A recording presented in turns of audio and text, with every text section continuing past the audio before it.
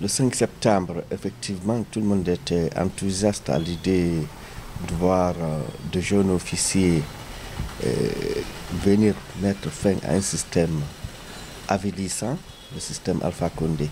Ça, tout le monde a salué cet élan de patriotisme. Par contre, le déroulé aujourd'hui de cette transition laisse à désirer. Pour la simple et unique raison que le système qui était là revient à pas de galop. Et ça, c'est vraiment décevant. C'est décevant, d'autant plus que certaines pratiques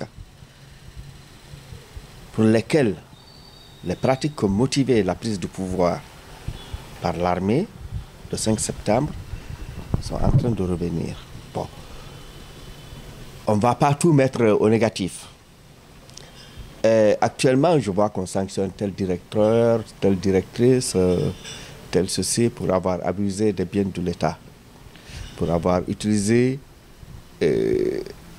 abusivement les véhicules, par exemple, de l'État. J'ai suivi hier un décret qui suspend, qui révoque une dame qui s'est mise à transporter du bois par le véhicule administratif, par un véhicule administratif.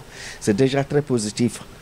Mais est-ce que ce n'est pas le même folklore que d'habitude? On fait les choses par à-coup, cependant que le système demeure.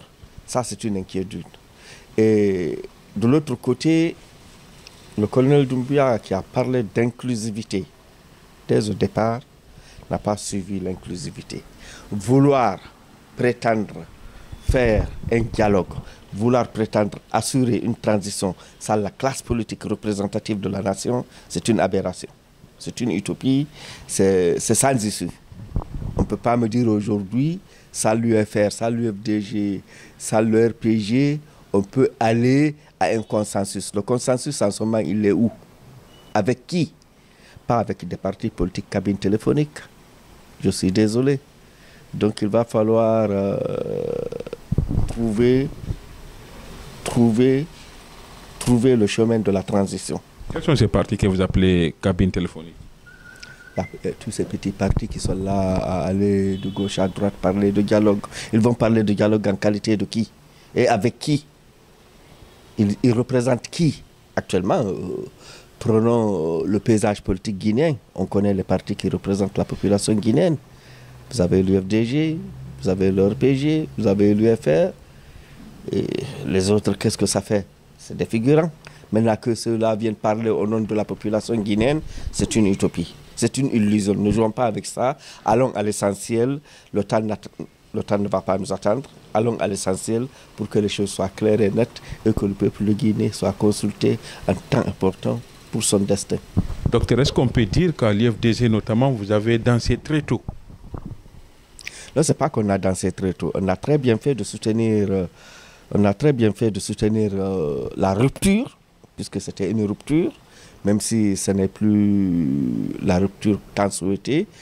On n'a pas dansé très tôt. Le système Alpha Condé était devenu prolifique. Il avait pris toutes les tentacules de la nation et ça mettait en cause la paix sociale. Ça mettait en cause même l'intégrité de la Guinée. Donc venir mettre fin à ce système, il n'y a pas à regretter, il faut saluer. Par contre, je demanderai tout simplement au colonel Doumbouya de revoir son entourage, de revoir ses objectifs, s'il est à mesure de le faire, pour que la Guinée ne puisse pas rater cette transition. Vous pensez que le colonel Doumbouya a dévié? C'est pas qu'il a dévié, c'est que le système l'a rattrapé. Puisque le colonel Doumbouya, il faut le dire, il n'est pas du système. Ça, il faut l'avouer, il n'est pas du système. Il connaissait ni Sékou Touré, il ne connaît ni le système Sékou, même le système Lansana Conté, il a dû entendre parler. Est-ce que vous voyez? S'il a un peu été imbibé, c'est avec un système Alpha Condé. Mais il n'est pas du sérail.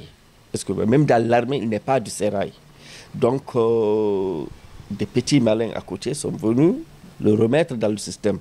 Quand vous voyez, par exemple, ce qui est regrettable, puisque ça devait être sujet d'une consultation nationale, ça devait être sujet d'un débat national, on baptise un aéroport d'un tyran, genre Sékou Touré, et on restitue une résidence qui, à la base, est sur un domaine de l'archevêché de Conakry.